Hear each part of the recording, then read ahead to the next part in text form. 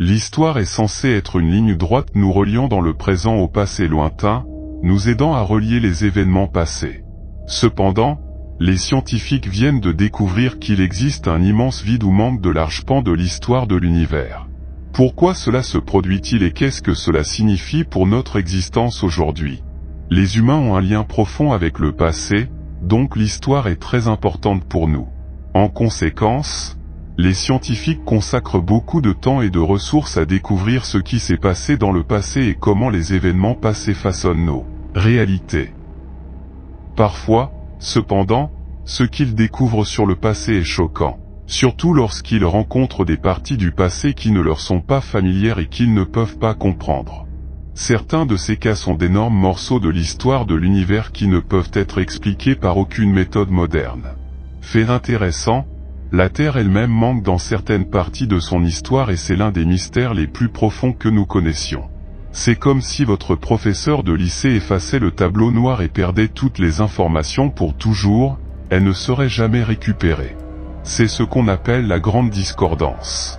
À l'aide d'indices de la grande inconformité, les scientifiques tentent maintenant de percer les mystères des énormes pièces manquantes de l'univers. Le TY ou GU est un intervalle de temps dans les archives géologiques qui s'étend de 100 millions à 1 milliard d'années et se trouve dans diverses sections rocheuses à travers le monde. Ce qui s'est passé, c'est que les chercheurs ont découvert des preuves chimiques dans les roches indiquant que GU s'est formé vers la fin de la période précambrienne, il y a entre 850 et 680 millions d'années. À une échelle beaucoup plus grande, le Cosmic Microwave Background Cold Spot, ou CMB, est une énorme lacune dans l'histoire de l'univers que les scientifiques tentent d'expliquer avec différentes théories intéressantes. Des événements importants dans le temps et dans l'espace laissent des traces indélébiles dans l'univers. Le Big Bang, l'événement cataclysmique qui a donné naissance à notre univers il y a 14 milliards d'années, a sans aucun doute laissé sa marque sur tout ce que nous voyons aujourd'hui. L'empreinte la plus durable, cependant, est le CMB, le rayonnement micro-ondes primordial qui remplit l'univers. Notre univers nouveau-né était un plasma chaud et dense rempli de noyaux, d'électrons et de photons. Après plusieurs centaines de milliers d'années, l'univers s'est refroidi et des atomes neutres, comme l'hydrogène, ont commencé à se former, permettant à la lumière de se propager. Cela a donné naissance au CMB, qui s'est refroidi et étendu à une longueur d'onde micro-ondes de 2,7 Kelvin. Bien qu'il semble uniforme, il existe de petites variations de température dans le CMB, qui sont le résultat de fluctuations de densité quantique au début de l'univers. Ces variations sont la raison pour laquelle certaines régions de l'univers sont plus densément peuplées que d'autres. L'univers a des régions densément peuplées qui affectent le décalage vers le rouge de la lumière qui les traverse, tandis que les régions moins denses affectent le décalage vers le bleu. Cela se reflète dans la variation de température dans le CMB, qui nous aide à comprendre la structure à grande échelle de l'univers. Il existe deux types d'effets Sachs-Wolfe, l'effet ordinaire et l'effet intégré. Les fluctuations du CMB soutiennent la théorie de l'inflation cosmique et nous permettent de calculer la quantité de matière noire et d'énergie noire dans l'univers. Le CMB a fourni de nombreuses informations aux scientifiques depuis qu'il a été prédit dans les années 1940 et détecté expérimentalement en 1964. Cependant, il a également révélé des mystères et des anomalies déroutantes, comme un écart important du CMB observé dans les deux hémisphères opposés du Chéri. Le mystère le plus intrigant concerne une grande goutte exceptionnellement froide dans le rayonnement de fond des micro-ondes qui s'étend sur plus d'1 milliard d'années-lumière. Le point froid CMB est une zone froide et anormale dans le rayonnement de fond des micro-ondes qui a été détectée pour la première fois par la sonde Wilkinson Microwave Isotropy de la NASA, puis confirmée par le satellite Planck de l'Agence spatiale européenne. Bien que l'on pense qu'il a été causé par des fluctuations de densité primordiale, cela est peu probable car il fait beaucoup plus froid que ce à quoi on pourrait s'attendre d'une distribution gaussienne. Les chercheurs ont proposé diverses théories pour expliquer son origine, notamment la présence d'un supervide cosmique entre nous et le point froid. Les galaxies ont moins de densité de matière dans les vides cosmiques, tandis que les superamas ont plus de galaxies que la moyenne. Il a été proposé qu'un supervide dans la direction du point froid du rayonnement de fond cosmique pourrait expliquer ce phénomène. Certains scientifiques ont affirmé avoir découvert un tel vide, mais des études ultérieures ont exclu son existence. D'autres recherches suggèrent qu'un vide suffisamment massif pour expliquer le point froid serait une anomalie dans le modèle standard de la cosmologie.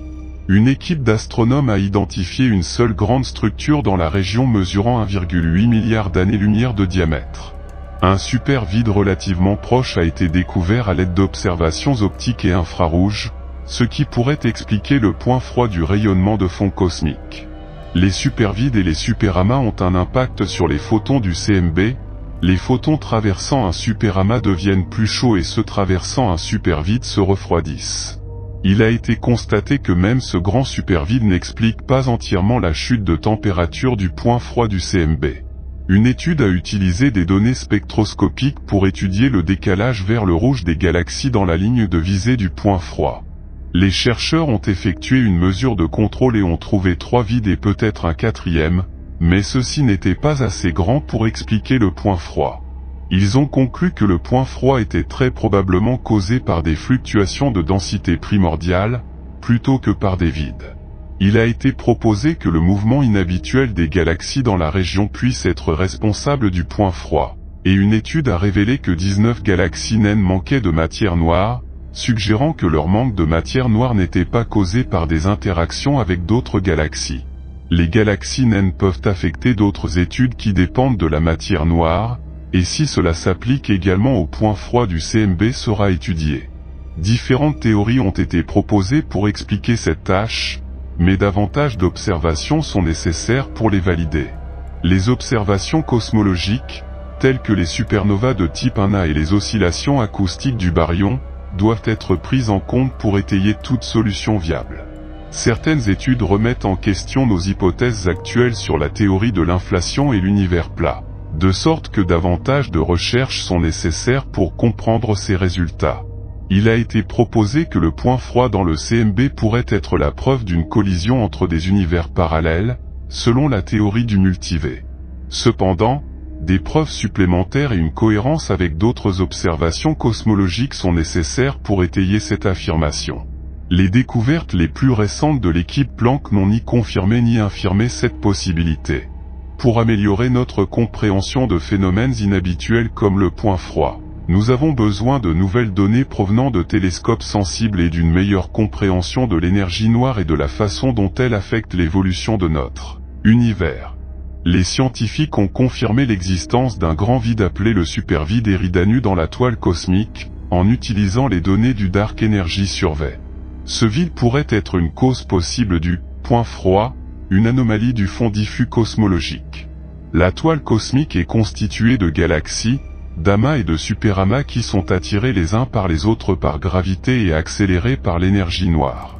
Le supervide est une structure en forme de cigare qui mesure environ 1,8 milliard d'années-lumière et contient environ 30% de matière en moins que la région galactique environnante. Les scientifiques ont créé une carte de la matière noire dans la même direction que le point froid du CMB en utilisant une lentille gravitationnelle efficace, qui déforme la lumière en raison de l'influence gravitationnelle de la matière noire invisible. Cette carte est la plus grande jamais créée et cartographie la matière noire sur plus d'un quart de l'hémisphère sud. Les scientifiques ont découvert une sous-densité de matière noire invisible correspondant à la sous-densité des galaxies dans la région du point froid. Un groupe de 300 scientifiques de 25 institutions et de 7 pays travaillent ensemble pour comprendre l'énergie noire et son impact sur l'accélération de l'univers. Ils utilisent le Dark Energy Survey, qui utilise un appareil photo numérique de 570 mégapixels appelé la caméra D pour documenter des centaines de millions de galaxies, de supernovas et de modèles dans le web cosmique. Le Fermi National Accelerator Laboratory aux États-Unis a supervisé la conception de la chambre. Au cours des 15 dernières années, les scientifiques ont étudié comment les vides dans l'univers affectent l'accélération de l'univers. Les forces gravitationnelles et l'expansion de l'univers se font concurrence, approfondissant certains des vides entre les amas de galaxies. Les photons subissent un effet Sachs-Wolf intégré, indiquant qu'il y a une perte nette d'énergie lors de leur voyage dans le vide. Cet effet est connu sous le nom de redshift gravitationnel. Bien que la nouvelle découverte confirme que le supervide d'Eridanus est massif, Elle n'explique pas l'écart entre les prédictions du modèle cosmologique standard actuel utilisé pour prédire le comportement de l'énergie noire, connu sous le nom de modèle lambda Cold Dark Matter, et le changement observé dans température dans le point froid qui peut être attribué à l'effet de supervide sur les photons, du CMB. La coïncidence de ces deux structures individuellement rares dans la toile cosmique et dans le CMB est insuffisante pour prouver la causalité selon une norme scientifique. Mais elle est suffisamment nouvelle dans la longue histoire du problème des points froids du CMB. En résumé, il y a deux façons d'aborder ce problème, soit le modèle lambda CDM est correct et le point froid CMB est une anomalie extrême qui se produit simplement face à un supervide massif, soit le modèle lambda CDM est incorrect et le système intégré Sachs-Wolf est plus fort dans les supervides que prévu. Des efforts mondiaux sont en cours pour mieux comprendre l'énergie noire et son rôle dans l'accélération de l'univers. Les scientifiques utilisent des outils comme le Dark Energy Survey pour documenter des centaines de millions de galaxies, de supernovas et de modèles dans la toile cosmique. De plus, ils étudient les supervides et l'âge des ténèbres pour mieux comprendre comment les premières galaxies se sont formées. Certaines preuves suggèrent que l'énergie noire pourrait avoir une plus grande influence sur l'univers et que l'expansion cosmique s'accélère, soulevant des questions sur notre compréhension de cette force fondamentale. L'hydrogène neutre émet un rayonnement d'une longueur d'onde de 20 à 21 cm, mais comme l'univers s'est étendu au cours des 12 derniers milliards d'années, ces longueurs d'onde se sont également étendues. Selon les auteurs de la nouvelle étude, la longueur d'onde de l'hydrogène neutre a été étendue à environ 2 mètres, et c'est le signal qu'ils recherchent en utilisant le MWA. Le problème est que de nombreuses sources, à la fois artificielles et célestes, émettent la même longueur d'onde, et toutes ces autres sources sont de plusieurs ordres de grandeur plus fortes que le signal qu'elles essaient de détecter. Même un signal radio FM réfléchi par un avion survolant le télescope suffit à contaminer les données. Les scientifiques ont développé un ensemble d'équations pour identifier et éliminer les contaminants dans leurs observations. Les chercheurs ont déterminé que chaque trace d'émission de 2 mètres qu'ils ont trouvée provenait d'un endroit autre que l'hydrogène neutre qu'ils recherchaient. Après avoir pris plus de 1200 instantanés d'ondes radio du ciel, alors que le signal atomique attendu n'a pas été découvert, la nouvelle recherche réduit la portée des futures recherches d'hydrogène neutre. Selon les chercheurs, ces découvertes montrent clairement que les expériences MW amènent cette recherche dans la bonne direction. Avec plus de recherches, les derniers vestiges de l'âge des ténèbres cosmiques pourraient être découverts. Que pensez-vous de l'origine de l'univers ? Partagez vos pensées dans la section des commentaires ci-dessous.